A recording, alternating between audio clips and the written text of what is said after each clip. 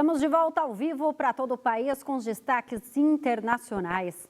Um estudo denuncia que a China realiza uma política de esterilização forçada entre as mulheres de uma comunidade em Xinjiang, noroeste do país.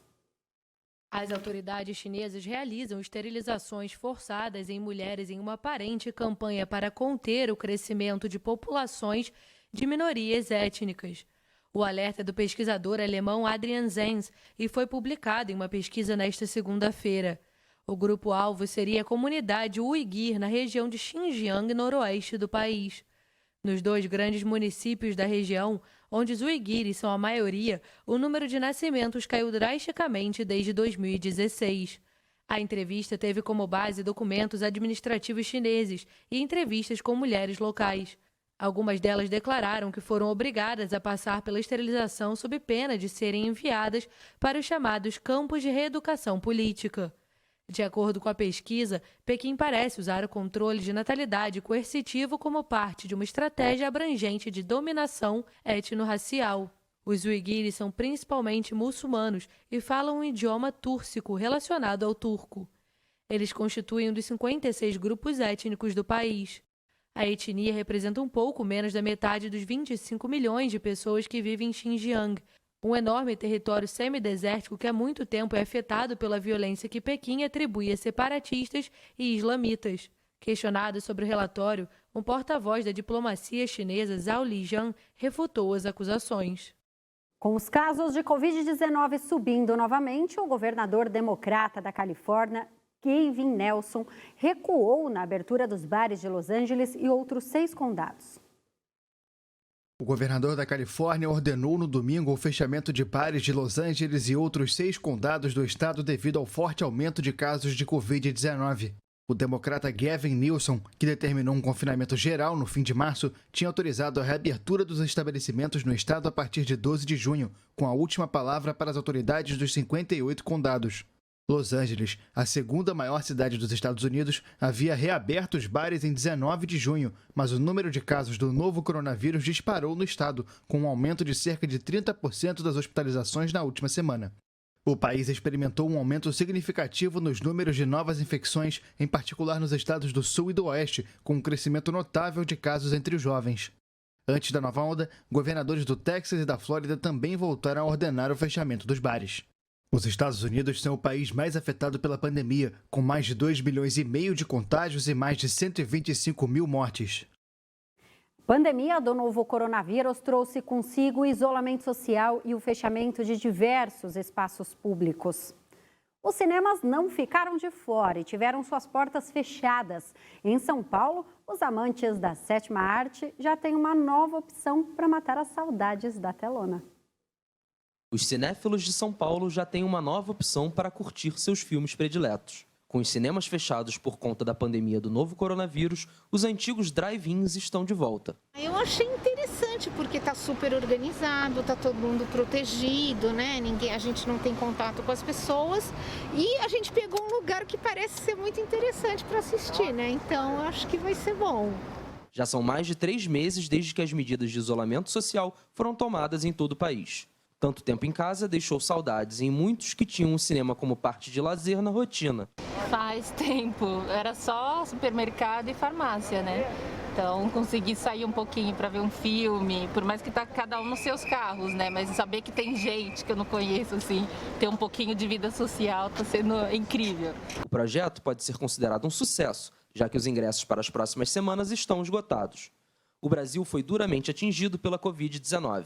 E soma mais de 1,2 milhão de casos e mais de 56 mil mortes. E agora é hora de falar de esporte. Fernando Vanucci vai trazer os destaques da Taça Rio. Vanucci, é com você. Botafogo retornou ao campeonato, goleando a Cabofriense 6-2 da manhã no estádio Nilton Santos, pela 4ª rodada da Taça Rio. Pedro Raul, de carrinho, fez 1-0, empurrando para o gol. Tá aí, Fogão. 38 minutos, Cícero arriscou de longe.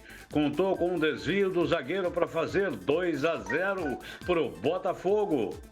4 minutos, segundo tempo. Watson recebeu, cruzou na medida para Emerson Carioca. Ele subiu sozinho para diminuir para Cabofriense. 2-1. A resposta foi imediata. Pedro Raul recebeu de Bruno Nazário. Chutou sem chances. Botafogo 3-1. Aos 15, Diego Salles fez o segundo da Cabofriense, cobrando pênalti.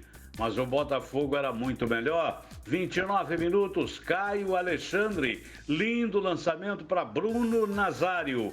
Ele chutou bonito para superar o goleiro. 4-2. Com a Cabofriense abatida, o Fogão fez o quinto. Com Luiz Henrique, fez fila e chutou forte. Olha o sexto, veio aos 44. Linda jogada de Caio Alexandre. Um golaço. Final, Botafogo 6, Cabofriense 2. O Vasco vivo na Taça Rio, em dia inspirado no argentino Herman Cano. Contra o Macaé, fez o primeiro na cobrança de pênalti aos 12 minutos, 1-0. Aos 20, Cano, ele de novo, aproveitou o chute torto de Benítez, fez de carrinho seu segundo gol no jogo. Aí o Macaé acordou aos 34. Depois de grande defesa do goleiro do Vasco, ele falhou e Jones diminuiu para o Macaé, 2-1. Mas o argentino Cano aproveitou o rebote e marcou mais um aos 42, 3-1 Vasco. Ele chegou ao 8º gol na temporada, sendo o 5º no Carioca. O artilheiro ainda tem 2 gols na Copa do Brasil e 1 na Sul-Americana. O Fluminense foi uma decepção na retomada da Taça Rio. Perdeu no Nilton Santos por 3-0 para o Volta Redonda e não conseguiu a classificação antecipada. Poderia, né? O meia Pedrinho chegou livre na entrada da área e contou com a falha do goleiro Muriel para fazer 1-0 Volta Redonda. A situação ficou pior aos 15, quando o lateral esquerdo Egídio foi expulso ao dar uma entrada violenta em Wallison. Mesmo com 1 a menos, o Fluminense foi ao ataque, teve boas chances, mas a pontaria, olha, tava ruim, viu? Oportunista, o Saulo Mineiro encontrou uma brecha na defesa tricolor para cabecear e deixar o Volta Redonda ainda mais à frente.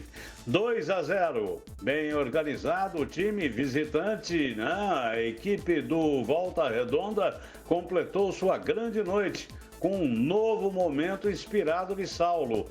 Depois do Marcelo perceber novo clarão defensivo, o atacante tocou na saída de Muriel para decretar o placar final.